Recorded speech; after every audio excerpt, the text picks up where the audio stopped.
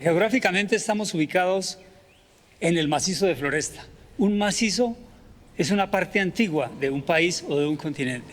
Estamos en el departamento de Boyacá, municipio de Floresta. Esta es una región netamente minera, entonces el minero solamente se encarga de extraer carbón, pero no se dan cuenta que detrás de eso hay muchísima historia de millones de años atrás.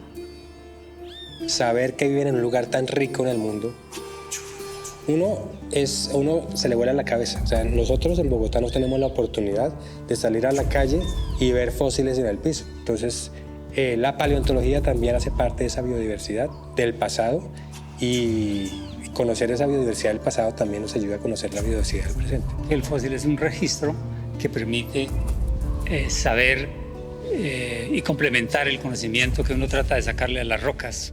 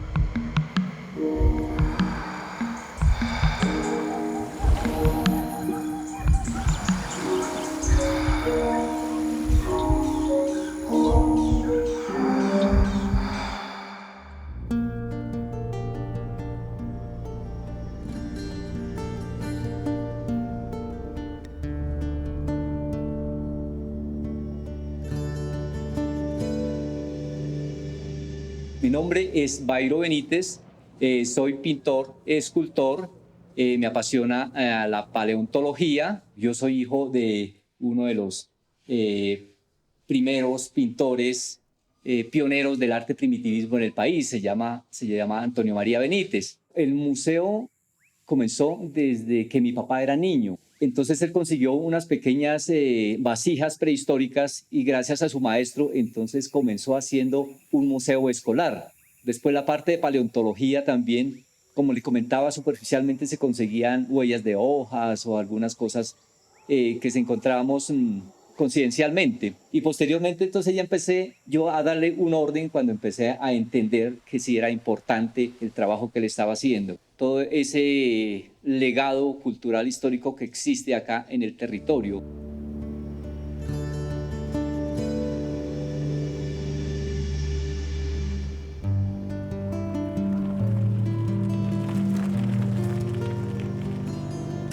Yo soy Luis Antonio Becerra, trabajo como artesano, pero también soy divulgador científico. En la finca donde nosotros vivíamos, que es aquí a 2 kilómetros de donde estamos, hay fósiles. Entonces nosotros con mis hermanos y con los vecinos, cuando éramos niños, jugábamos con eso, porque igual en ese tiempo no era tan común comprar juguetes ni de plástico, ni de metal, ni nada de eso. Entonces en esos tiempos esos eran los juguetes que nosotros teníamos. Le buscábamos formas y eso lo utilizábamos de decoración para armar casitas, para armar carros, aviones. Hacíamos aeropuertos, hacíamos carreteras, hacíamos cosas. Y después poco a poco fui aprendiendo el valor. Entonces yo siempre digo, pues yo tuve los juguetes más valiosos del mundo.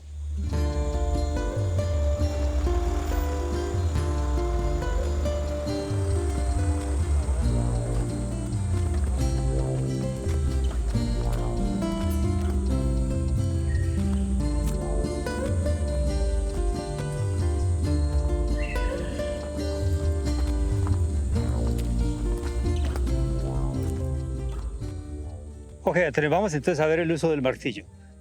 Este tiene una pala que es por este lado, y la pala se golpea y se van sacando los fósiles en este lado, ¿sí? Muy suavemente, se le puede hacer fuerza en ese sentido.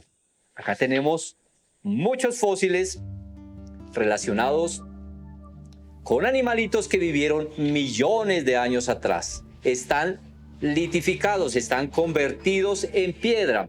Por eso se conservaron millones de años guardaditos debajo de la tierra. Ahí se afloja y saca el fósil completo. ¿Sí ves? Y ahí hay muchos. ¿Sí ves?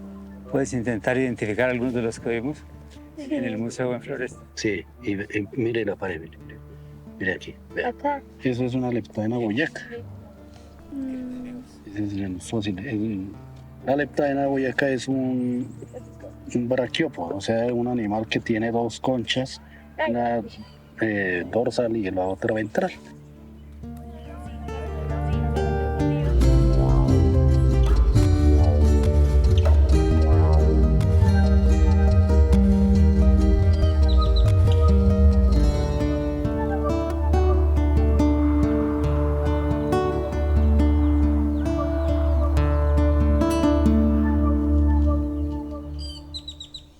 Mi nombre es Jorge Mariño, yo soy un ingeniero geólogo egresado de la UPTC en la sede de Sogamoso, tengo una maestría y un doctorado en geología y, digamos, desde el comienzo de la carrera me interesé por los fósiles, ya que el fósil es un registro que permite saber y complementar el conocimiento que uno trata de sacarle a las rocas.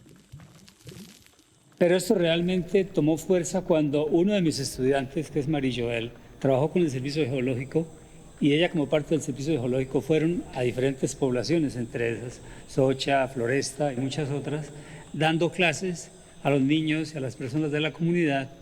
Y como producto de, digamos, de transmisión de ese conocimiento, surgieron algunos líderes comunitarios que, digamos, se admiraron al saber que podían aprender más de esos fósiles con los cuales ellos jugaban o veían por ahí en los alrededores del pueblo.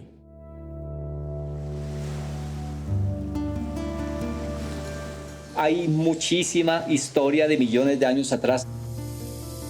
La evolución, todo lo que existió, todos esos cambios que ha venido sufriendo la Tierra. Entonces es tan apasionante descubrir la historia dentro de la Tierra.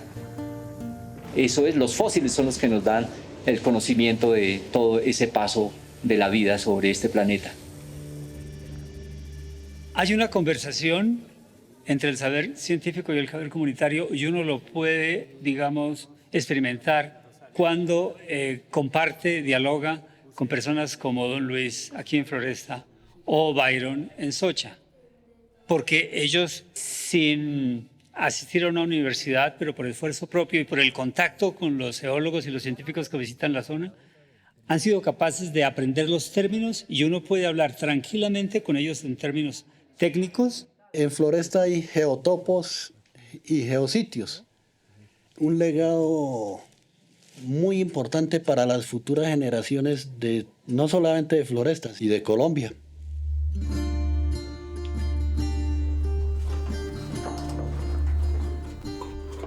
La paleontología y el arte están muy relacionados porque, digamos, para poder hacer las reconstrucciones, para hacer las representaciones, las pinturas, siempre se necesita que esté ahí incluido. La ilustración científica es sumamente necesaria y ha sido necesaria desde muchísimo tiempo atrás. Es importante porque hay muchísimas miradas, entonces está desde la mirada científica hasta la mirada de la persona que no tiene conocimiento de estas ciencias, entonces tiene que haber representaciones muy reales para que le llame la atención y le pueda gustar. El idioma nos separa, el arte nos une. Las personas tienen que aprender durante años otra lengua, ¿sí? Para poder entenderse entre ellas. El arte es universal. Si yo te muestro un dibujo, tú me vas a entender, bueno, pero hay una diferencia entre la ilustración neta y la ilustración científica. Y esa diferencia es supremamente importante. La ilustración como tal, solita, va y se muestra. En el caso de la ilustración científica, debe estar acompañando un texto, acompañada de una investigación, de un libro, de una pieza como tal que la acompañe, porque es explicativa. Y esa es una diferencia. ¿Ves? Ahora, A veces la ilustración científica puede convertirse en una pieza de arte que puede llegar a conmover. Mi nombre es Marijoel Giro López. Soy ingeniera geóloga e ilustradora científica especializada en la rama del paleoarte, que es la representación de animales prehistóricos. Tengo que estudiar mucho. Para hacer ilustración científica, el 40% es la investigación en textos, documentación científica y referencias de soporte. No es algo que sea muy sencillo y quizá es por eso que me gusta tanto. Para poder llegar a una comunidad, yo primero tengo que estudiarla y tengo que saber sobre ella porque yo tengo que hablar su lenguaje. Entonces, una vez yo llego y aplico mi conocimiento, el servicio que doy es poder darles el conocimiento técnico que yo tengo. En el caso de los líderes con los que yo me he comunicado, les muestro cómo se usa un mapa geológico, cómo se usan los elementos de exploración, les enseño a hacer mapas de exploración, de rutas, a ver el GPS, a comprender ese lenguaje técnico que yo pude aprender. Les acerco textos científicos, les entrego todo ese tipo de información, a veces transformada a su propio lenguaje, y de esa manera, cuando ya estamos conversando, podemos hablar un mismo lenguaje. Ellos tienen sus propias palabras y yo las respeto y las integro a mi lenguaje y las incluyo si tengo que hacer informes técnicos, porque de esa manera, cuando tú vas a campo y otras personas van en vez de ti, pueden entenderlos. Y ellos en los territorios son los que lo organizan en esos museos comunitarios o en los museos locales y se lo entregan a los visitantes y los turistas o a los científicos porque nos sirve. Mi nombre es Carlos Guarnizo, yo soy biólogo y ahorita estoy trabajando en la Universidad de los Andes. Yo soy el líder del Core de Biodiversidad y también soy divulgador científico. Mi relación con los paleontólogos boyacenses es a través de una exhibición que organizamos entre la Universidad de los Andes y el Museo de Historia Natural de Nueva York, pero queríamos enriquecerla también con paleontología del país. Queríamos invitar a las regiones, nos contactamos con Marijoel y ahí empezó todo. O sea, quedamos con la boca abierta. Luego hablamos con don Luis y nos enamoramos de su trabajo, de su calidad humana, y desde el principio nos dijo sí queremos participar. Entonces le dijimos lo que queremos hacer es hacer una exhibición en Bogotá, mostrar un poquito los fósiles que usted tiene, lo que usted está haciendo, y desde un principio dijo que sí. Entonces ahí empezó el proceso. Luego también nos contactamos con Byron y lo mismo. Entonces él desde un principio dijo sí quiero mostrar el cocodrilomorfo gigante que está allá, que se volvió una estrella de rock. No sé en cuántos selfies está en Bogotá ese cocodrilo, y además que nunca se había mostrado fuera de Boyacá. En un comienzo solamente se iba a hacer el cráneo y una parte del cuerpo como si estuviera saliendo desde una pared, pero posteriormente pues encontré buen material paleontológico, sobre todo en Argentina, entonces habían medidas, entonces empezamos a reconstruir y se hizo prácticamente a escala natural. Y muy satisfactorio porque, digamos, en el momento en que la gente supieron que yo era el artista, entonces todo el mundo llegaba, que autógrafos, que fotografías, entonces fue bastante emocionante. Yo veía a los papás hablando con los hijos, decía como, este animal vivió acá, no puede ser. Y decía, no, pues sí, vivió. Colegios que venían desde Boyacá iban hasta allá y muchos de esos niños nunca habían ido a Bogotá. Entonces yo sí creo que, o sea, es muy bonito.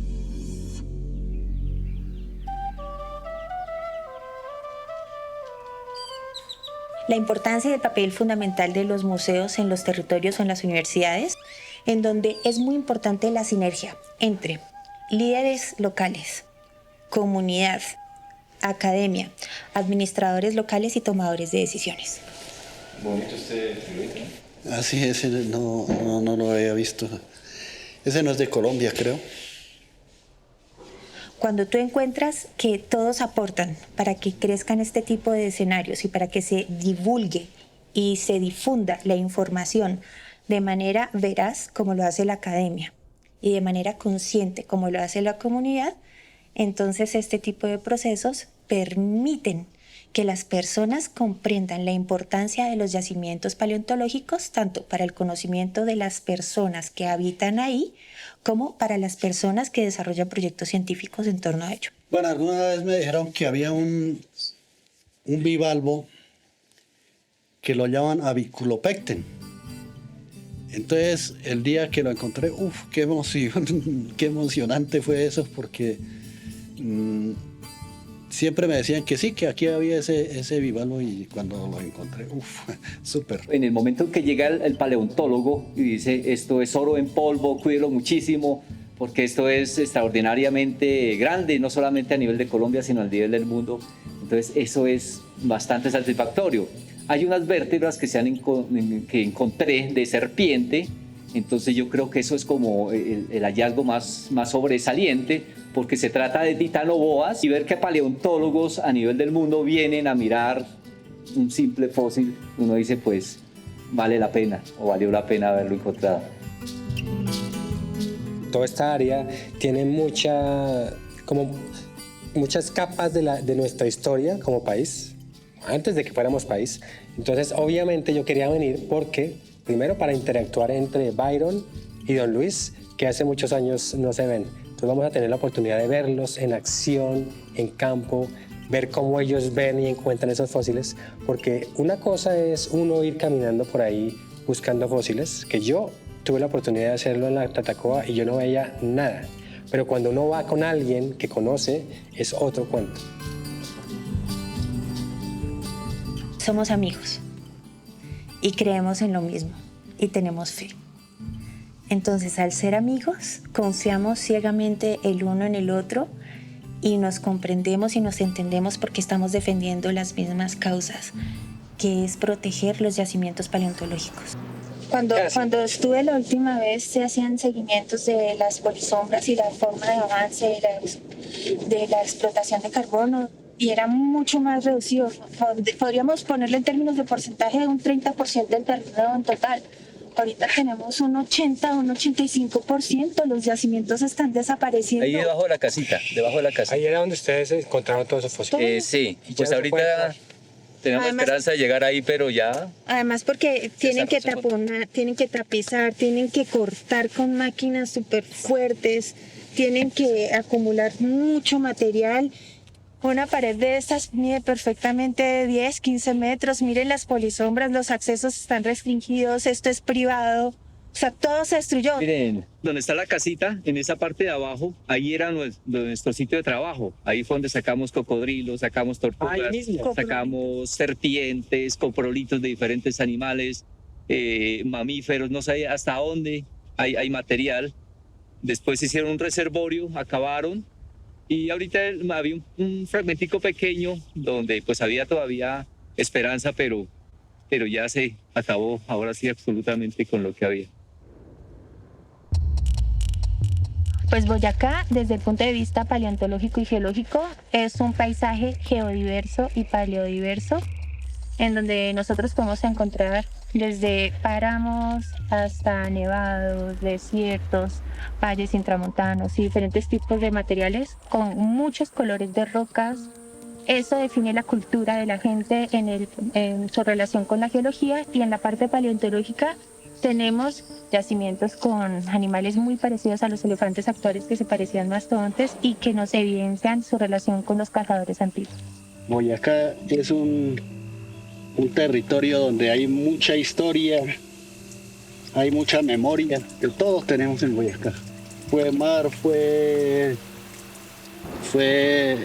ríos, subieron ahí alrededor de esto, hubo selvas inmensas, llenas de mucha vida. Entonces acá pues hay esa historia de la vida. Estamos buscando un sitio que por lo menos esté asociado o parecido o correlacionado con los lugares que se han visitado previamente.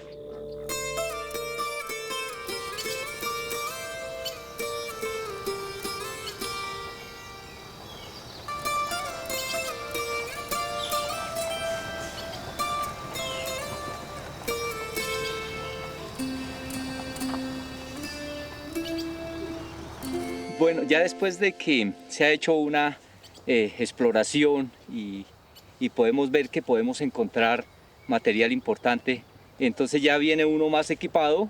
En la exploración pues viene básicamente con su martillito y su morral y su agua. Después ya viene con su material Estas son algunas piquetas que en un comienzo hice y son bastante útiles, son un poquito más pesadas que el martillo geológico. Ya trae uno sus brochas, sus rastrillos, la pala, asadones. Son diferentes herramientas que en el transcurso del trabajo, pues uno maletica donde yo guardo las macetas, de pronto para unas palitas. Y precisamente nos pareció muy interesante este lugar porque encontramos algunos fragmentos y queremos profundizar y ver si podemos encontrar otros esqueletos si están asociados a eso. Con cuidado porque ya encontramos algunos fósiles que están acá. Entonces, no tan despacio. ¿Así? No tan despacio. Uno usualmente se ubica, mira, nos ubicamos unos al lado del otro y empezamos a hacerle más. Tú dale con esto y yo le hago con esto. ¿Listos? Ve un poco más rápido porque ya sabemos que aquí hay fósil. ¿Listos? Entonces, ojo, debes ser muy cuidadoso y observar muy bien las rocas. El cambio de color, lo que te explicaba antes, el cambio de color, que aparezca una textura, una lámina. Mira. Ahí vemos una vértebra cervical de cocodrilo. ¿Cómo Aquí sabes que es de cocodrilo? Bueno, ahí hay bastante similitud de unas de otras. Pero digamos, estas pues, son como las más que se consiguen. Aquí podemos ver donde se anclan las dos partecitas de las costillas cervicales, que son bastante corticas. Ya después ya se empiezan a ampliar. Entonces ya se puede identificar de esa manera. Debes tener mucho cuidado porque a veces están ensamblados unos con otros como era el esqueleto original o a veces pueden estar desordenados. Eso te explica si el material fue arrastrado, si él murió ahí, quedó enterradito, te explica las condiciones de muerte o las condiciones posteriores a la muerte, antes de la depositación y que empezaran a ser cubiertos por otros sedimentos para que se transformaran en roca. A mí me alegra mucho, aunque estos no los conozco mucho, pero es mucha alegría. Creo que esto, aquí en Byron, el que sabe, creo que esto es como algo de una tortuga, Sí, estamos hablando de la placa marginal no, dorsal de una tortuguita.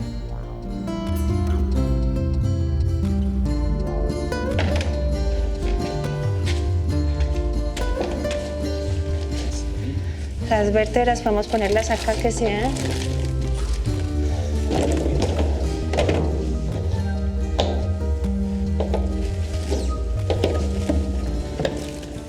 En el Mioceno de la Tatacoa está la familia que está administrando un museo local también. En diferentes partes del país, en Pasto también, en Cali, en todas partes, hay un despertar de una conciencia muy grande. Y ahora los científicos están empezando a acercarse a las comunidades y a entender que el saber local es fundamental, no solo para llegar a los sitios, sino para comprender que ellos también tienen otras formas de comprender la ciencia. Pues yo creo que se forma a largo plazo esa confianza que necesitamos en el quehacer científico. Acá encontramos placas de tortuga. Súper interesantes.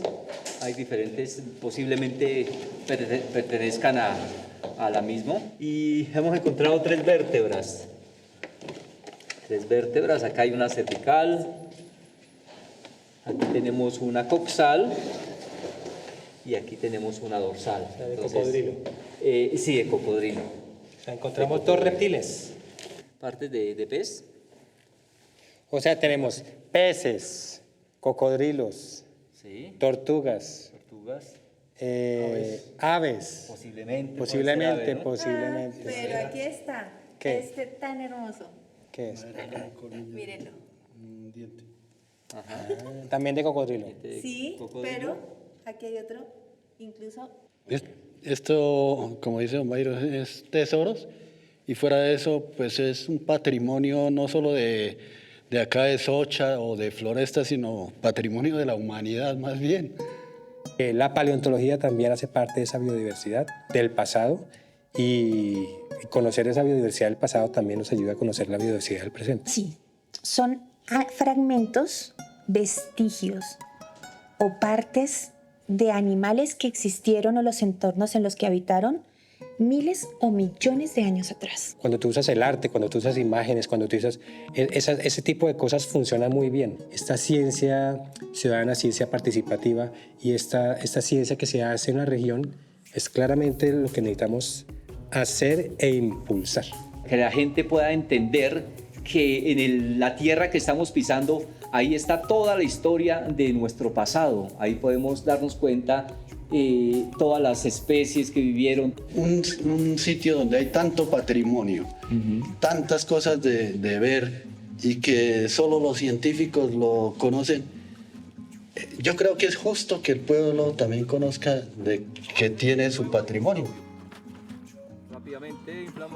Ellos tienen la capacidad de, digamos, traducirle esos términos técnicos a las personas de la comunidad, de interesarlos en la misma y de promover aspectos más allá del mero conocimiento, como la parte turística. Para cerrar el círculo, yo creo que la academia también tiene que abrirse un poco de estar mirando solamente hacia la publicación científica, pero es un buen comienzo, porque esto antes no pasaba y ahora está pasando.